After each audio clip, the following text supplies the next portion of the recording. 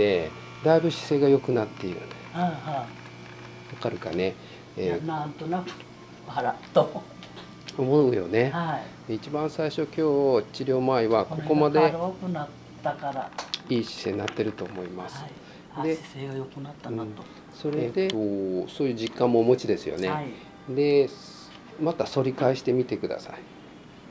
たらね、かなり反り返してるんですよね。この痛みはないですね。しかもないよね。はい。はい。ズレが取れるとこんな感じで。